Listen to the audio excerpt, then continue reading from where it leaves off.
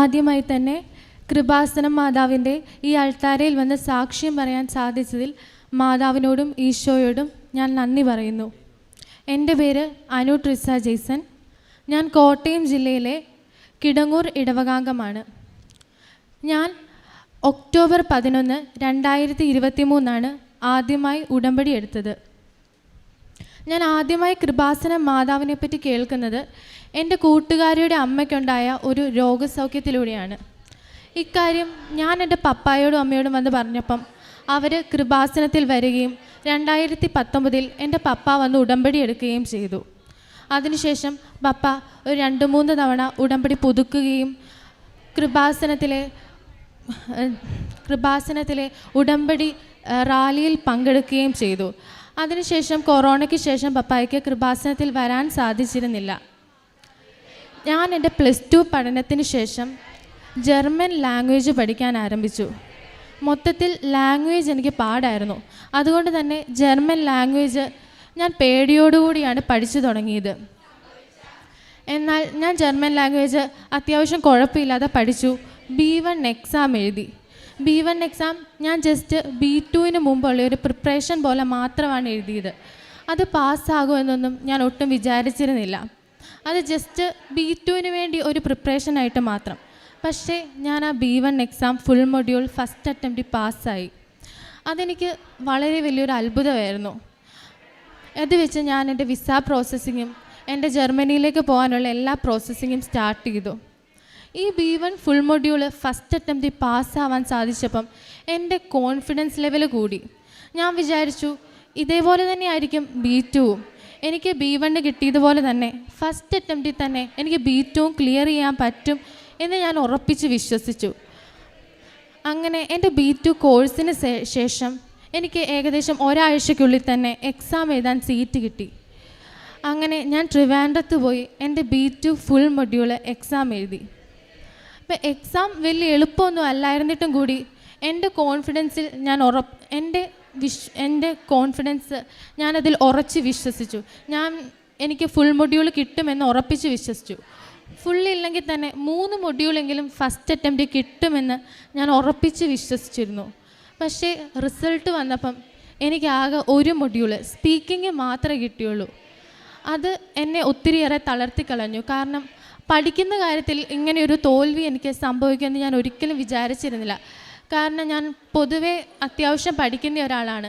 10ലും +2ലും ഒക്കെ എനിക്ക് അത്യാവശ്യം മാർക്ക് കിട്ടിയതുകൊണ്ട് തന്നെ ഇത് എനിക്കും എൻ്റെ വീട്ടുകാർക്കും ഒരു വലിയ സങ്കടത്തിന് കാരണമായി.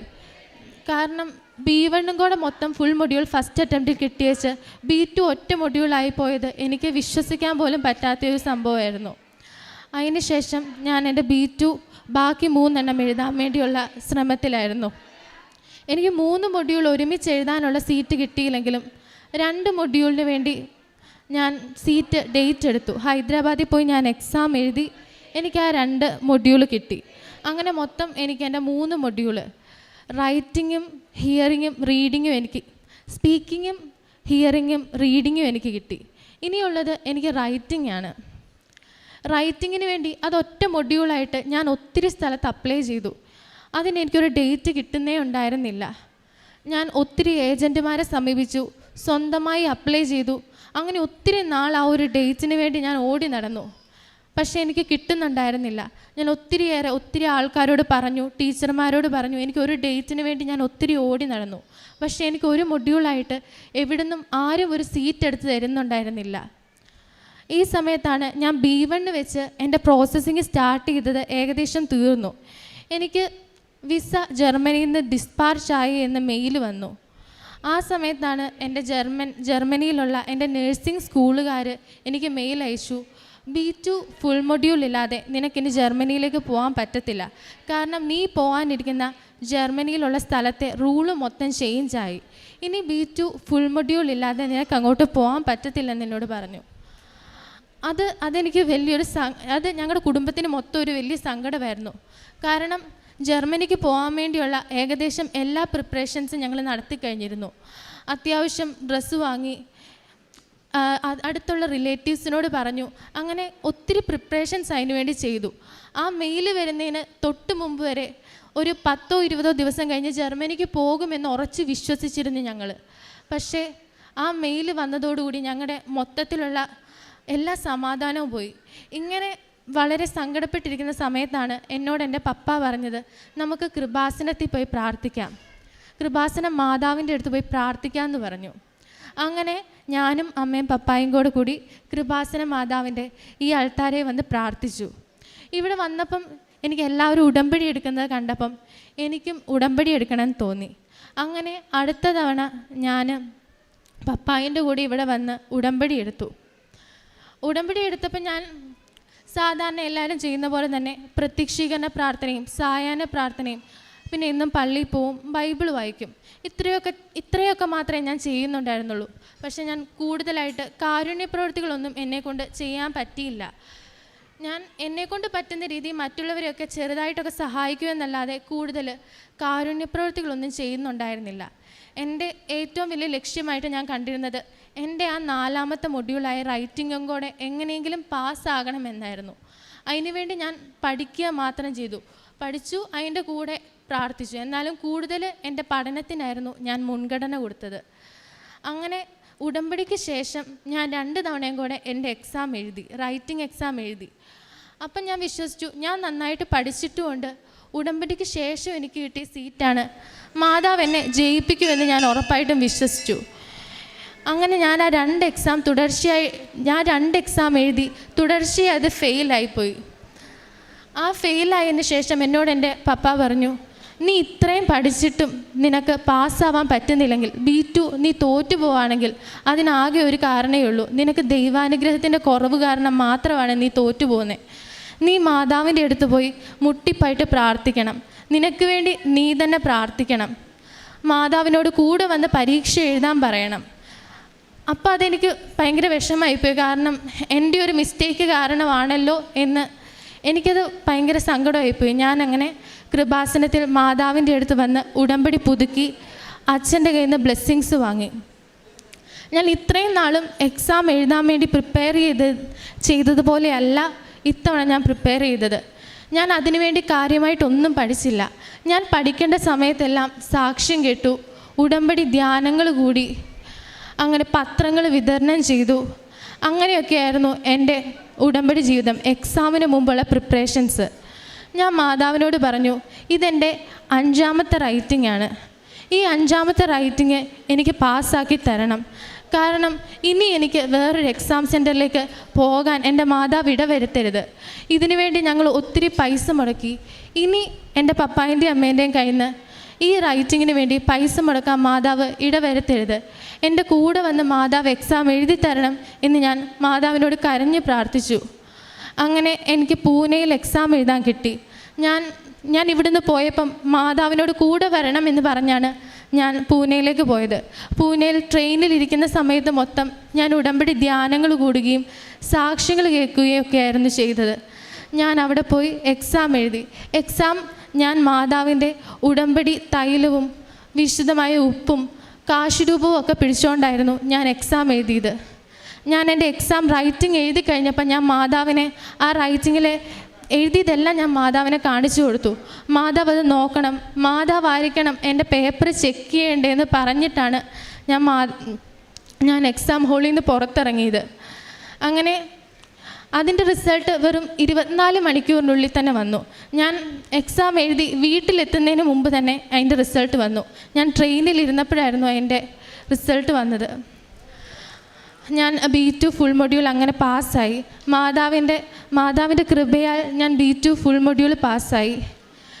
ഞാൻ കാരുണ്യപ്രവൃത്തിയായിട്ട് ചെയ്തത് പത്രങ്ങൾ എക്സാം സെൻറ്ററുകളിലും വീട്ടിലും, എൻ്റെ പപ്പായ്ക്ക് കടയാണ്, കടയിൽ വരുന്ന ആൾക്കാർക്കെല്ലാം കൃപാസനം പത്രം പ്രാർത്ഥിച്ചു കൊടുക്കുകയും പള്ളിയിൽ പോയി കഴിഞ്ഞ് തിരിച്ചു പോരുന്ന ആൾക്കാർക്ക് പ്രാർത്ഥിച്ച് കൃപാസനം പത്രം കൊടുക്കുകയും ഒക്കെ ചെയ്തു. അതുമാത്രമല്ല, ഞാൻ ജർമ്മൻ ലാംഗ്വേജ് പഠിപ്പിക്കുന്നുണ്ടായിരുന്നു.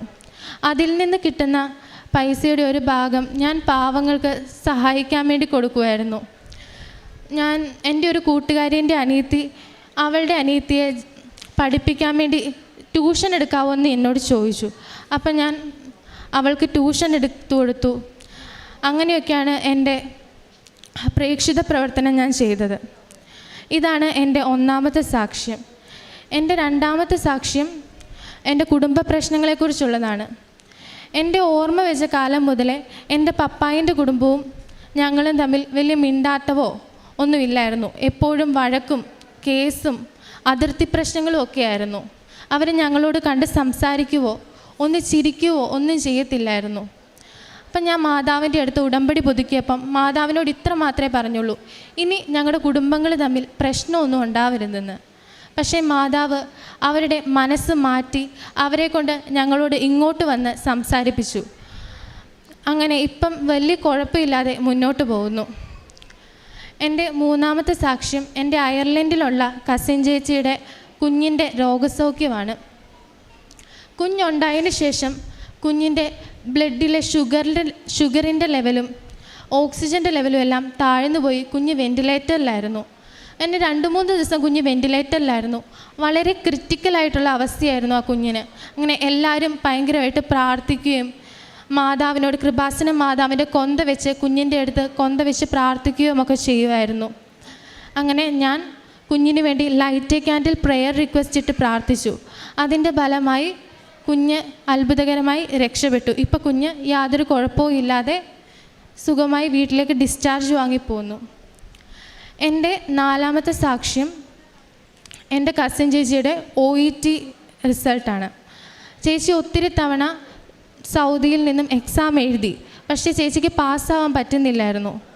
ഞാൻ ഉടമ്പടി എടുത്ത് നിയോഗം വെച്ച് പ്രാർത്ഥിച്ചതിൻ്റെ ഫലമായി ചേച്ചി എക്സാം എഴുതി അത് പാസ്സായി. ഞാൻ ഉടമ്പടി എടുത്തേ പിന്നെ ആദ്യമായി ഉണ്ടായ അത്ഭുതമായിരുന്നു അത്. എന്നെ വിശ്വാസത്തിൽ ആഴപ്പെടുത്താനുള്ള ആദ്യത്തെ അത്ഭുതമായിരുന്നു അത്. പിന്നെ എൻ്റെ അമ്മയ്ക്ക് 7 എന്നൊരു തീയതി മാതാവ് കാണിച്ചു കൊടുത്തു. ഈ 7 എന്ന തീയതിയിലാണ് ഞങ്ങളുടെ കുടുംബക്കാർ തമ്മിലുള്ള പ്രശ്നങ്ങളെല്ലാം ഒത്തുതീർപ്പായത്.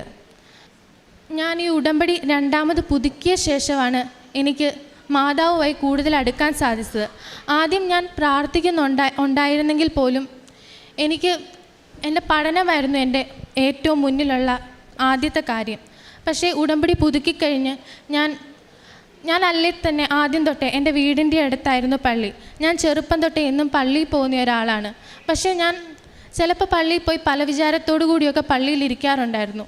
പക്ഷേ രണ്ടാമത് ഉടമ്പടി പുതുക്കിക്കഴിഞ്ഞ് എനിക്ക് പള്ളിയിൽ പോയി നന്നായിട്ട് പ്രാർത്ഥിക്കാൻ പറ്റുന്നുണ്ടായിരുന്നു. നന്നായിട്ട് കുമ്പസാരിച്ച് മാതാവിൻ്റെ അടുത്ത് നന്നായിട്ട് പ്രാർത്ഥിക്കാൻ പറ്റുന്നുണ്ടായിരുന്നു.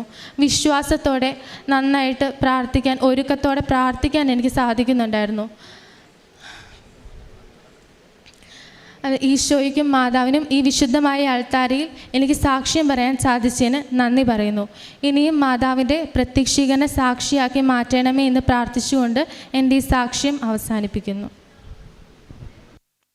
നമ്മൾ ഇവിടെ പരീക്ഷയുടെ സാക്ഷ്യങ്ങളേറെ പ്രത്യേകിച്ച് കേൾക്കുമ്പോഴൊക്കെ അതിലെല്ലാം വർക്കൗട്ട് ചെയ്തിരിക്കുന്ന ഒരു ലോജിക്കൽ ഒരു മാക്സ് ഉണ്ട്. അതായത് അവരാദ്യം ഉടമ്പടി എടുക്കുന്നു, ഉടമ്പടിയിലെ കാര്യങ്ങൾ അത്യാവശ്യം തരക്കേടില്ലാതെ ചെയ്യുന്നു. എങ്കിലും ഉടമ്പടി എടുക്കുമ്പോഴും അവർക്ക് ലഭിച്ച കഴിവിലായിരിക്കും അവരുടെ ഒരു ഫോക്കസ്. കാരണം അത്യാവശ്യം പഠിക്കാനായിട്ടുള്ളൊരു കാര്യങ്ങളൊക്കെ ഉണ്ടെന്ന് കരുതി പരീക്ഷയെ സമീപിക്കുന്നു. അതിനുശേഷം അത് ശരിയാവില്ലാതെ വരുമ്പോൾ സാഹചര്യങ്ങൾ സമ്മർദ്ദം വീണ്ടും ഉണ്ടാകുന്നു. അതിനുശേഷം കൂടുതൽ എന്താണ് എനിക്ക് പറ്റിയതെന്നുള്ളൊരു ചോദ്യത്തിൽ കൂടുതൽ ഉടമ്പടിയെ കൂടുതൽ വിശ്വസ്തയോടുകൂടി ചെയ്യാനായിട്ട് തുടങ്ങുന്നു. അതിനുശേഷം വ്യക്തമായിട്ടൊരു ബോധ്യത്തോടു കൂടി അവർ പരീക്ഷ പാസ്സാവുന്നു. ആ സമയത്ത് അവർക്ക് വ്യക്തമായിട്ട് അവരുടെ അനുഭവത്തിൽ നിന്ന് പറയാൻ പറ്റും, ഈ പ്രാവശ്യം ഞങ്ങൾ പ്രാർത്ഥിച്ച് നേടിയ വിജയമാണെന്ന് പറയാൻ തക്കവിധം ഉള്ളൊരു ഒരുക്കം അവർക്ക് ആ സമയത്ത് സ്വന്തമായിട്ടുണ്ടാവും. ഈ ഒരു സാക്ഷ്യത്തിലും അല്ലെങ്കിൽ നമ്മൾ പരിശോധിക്കുന്ന എല്ലാ വിദ്യാർത്ഥിനികളുടെ സാക്ഷ്യത്തിലും ആവർത്തിക്കപ്പെടുന്ന ഒരു കാര്യം ഇങ്ങനെയാണ്. അപ്പം ദൈവം ഈ വിജയം നൽകുന്ന ഞാനാണ്, അല്ലെങ്കിൽ വിജയം നൽകുന്ന കർത്താവ് ഞാനാണ് എന്ന് വ്യക്തമായിട്ടൊരു വ്യക്തിയെ ബോധ്യപ്പെടുത്തി, അല്ല ഉടമ്പടിയിലൂടെയാണ് ഈ വിജയം നിങ്ങൾക്ക് ലഭിച്ചത് എന്നുള്ളൊരു ബോധ്യം അവർക്ക് ലഭിക്കുന്നതിന് ഇങ്ങനൊരു സാക്ഷ്യത്തിൻ്റെ വരവ് സഹായകമാണ്. രണ്ടാമത്തേത് ഒരു അനുരഞ്ജനത്തിൻ്റെ കാര്യവും ഈ സാക്ഷ്യത്തിലുണ്ട്. അതൊന്നും രണ്ടാമത്തേതായിട്ട് കളയേണ്ട ഒരു കാര്യമല്ല. ഒരു കുടുംബത്തിലേക്ക് കൃപ ദൈവത്തിൻ്റെ വരവിന് തടസ്സമായി നിൽക്കുന്നത് ഇങ്ങനെയുള്ള ചില സൗന്ദര്യ പിണക്കങ്ങളും ചില വെറുപ്പും വിദ്വേഷവുമാണ്. അതൊക്കെ ഉടമ്പടിയിൽ വെച്ച് പ്രാർത്ഥിക്കാനായിട്ട് ഈ മകൾക്ക് അങ്ങനെ ഒരു മനസ്സുണ്ടാവുകയും ആ ഒരു കാര്യങ്ങളെല്ലാം അനുരഞ്ജനപ്പെട്ടു എന്നുള്ളതാണ്. അതും ഒരു ഡേറ്റിൻ്റെ കാര്യം നമ്മളെ സംബന്ധിച്ചിടത്തോളം ഒരു ഡേറ്റ് ഒരാൾക്ക് മനസ്സിൽ തോന്നുക, ഉടമ്പടി എടുത്ത ഒരാൾക്ക് അല്ലെങ്കിൽ ആ ഒരു കുടുംബത്തിൽ ഒരാൾക്ക് ഡേറ്റ് തോന്നുക എന്ന് പറയണത് അതൊരു ഒരു ഇൻസിഡൻ്റായിട്ട് ഒരു കോയിൻസിഡൻസ് ആയിട്ട് വായിക്കേണ്ട ഒന്നല്ല. അത് ഉടമ്പടിയുടെ ഭാഗമായിട്ടുള്ളൊരു ഇതാണ് പ്രാർത്ഥിക്കുന്നത്. ഒരുപാട് സാക്ഷ്യങ്ങളാണ്. അപ്പോൾ അങ്ങനെ ഒരു ഡേറ്റിലാണ് ഇവർ തമ്മിൽ അനുരഞ്ജനം നടന്നു എന്ന് ഈ മകൾ സാക്ഷ്യപ്പെടുത്തുന്നു. അപ്പോൾ ഈ മകൾ വെച്ച നിയോഗങ്ങളുണ്ട്. ബാക്കി 2-3 സെൻറ്റൻസായിട്ട് പറഞ്ഞ എല്ലാ കാര്യങ്ങളും ഈ മകൾ വ്യക്തിപരമായിട്ട് വെച്ച നിയോഗങ്ങൾ. ഇപ്പോൾ തുടക്കത്തിൽ പറഞ്ഞു ഏതൊരു അയർലൻഡുകാരി ചേച്ചിയുടെ കാര്യമാണ് എൻ്റെ വിശ്വാസ ജീവിതത്തിൽ ആദ്യത്തെ അത്ഭുതമെന്ന്.